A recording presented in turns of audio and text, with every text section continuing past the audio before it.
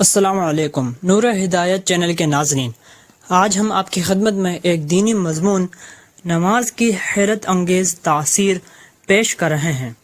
بسم اللہ الرحمن الرحیم۔ نماز میں کتنی طاقت ہے؟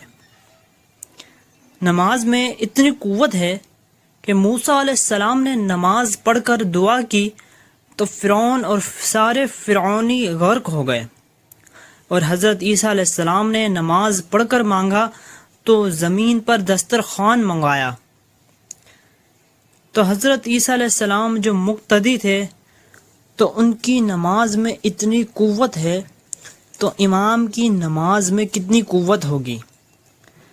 لوگ یوں کہتے ہیں کہ ایٹم بم میں اتنی قوت ہے، اور ہم یوں کہتے ہیں کہ نماز میں قوت ہے۔ ایٹم بم میں تو مخلوق کی قوت ہے اور نماز میں خالق کی قوت ہے۔ اگر کوئی کہے کہ جناب وہ تو انبیاء علیہ السلام تھے، اب کہاں ہماری نماز میں اتنی قوت ہو سکتی ہے؟ تو نہیں، صحابہ کرام نے بھی محنت کر کے اپنی نمازوں کو جاندار بنائی۔ حضرت انس رضی اللہ تعالی عنہ کی خدمت میں ان کا غلام آیا اور کہا کہ حضرت بارش کے لیے دعا فرمائیں۔ انہوں نے نماز پڑھی اور دعا کی اور کہا کہ جا کر دیکھ۔ اس نے آ کر کہا کہ حضرت بارش صرف آپ کے کھیت میں ہوئی۔ حضرت ابی بن قعب رضی اللہ تعالی عنہ جا رہے تھے اور بارش ہو رہی تھی، تو آپ نے نماز پڑھی اور دعا کی کہ اے اللہ بارش تو ہوتی رہے، کیونکہ مخلوق کو اس کی ضرورت ہے، لیکن ہم بھیگ نہ پائے، چنانچہ نہ بھیگے۔ اسی طرح ایک شخص حضرت علی رضی اللہ تعالی عنہ کی شان میں گستاخی کر رہا تھا، تو ایک صحابی رضی اللہ تعالی عنہ نے فرمایا کہ دیکھ ایسا مت کر ورنہ بد دعا کروں گا۔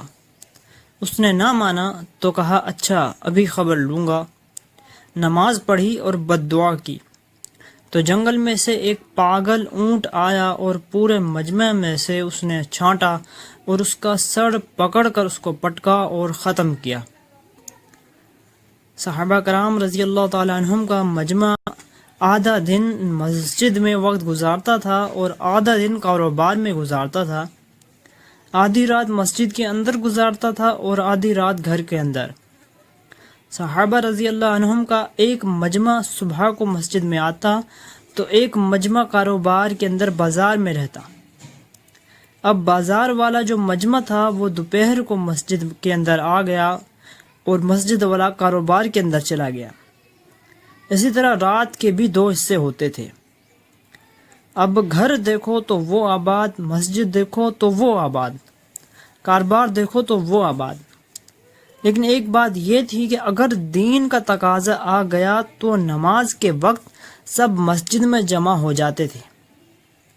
نماز کے وقت کوئی گھر پر نہیں ہوتا تھا۔ اب مسجد میں آ جانے کے بعد جو دین کا تقاضا ہے اسے پورا کریں گے، اس کے بعد ہی مسجد والے بازار میں کاروبار کے لیے جائیں گے۔ تو امید ہے ناظرین کہ آپ کو ہماری یہ ویڈیو پسند آئی ہوگی۔ آخر میں آپ سے گزارش ہے کہ آپ ہمارے چینل کو ضرور سبسکرائب کریں اور اس ویڈیو کو زیادہ سے زیادہ صدقہ جاری کی نیت سے شیئر کیجیے۔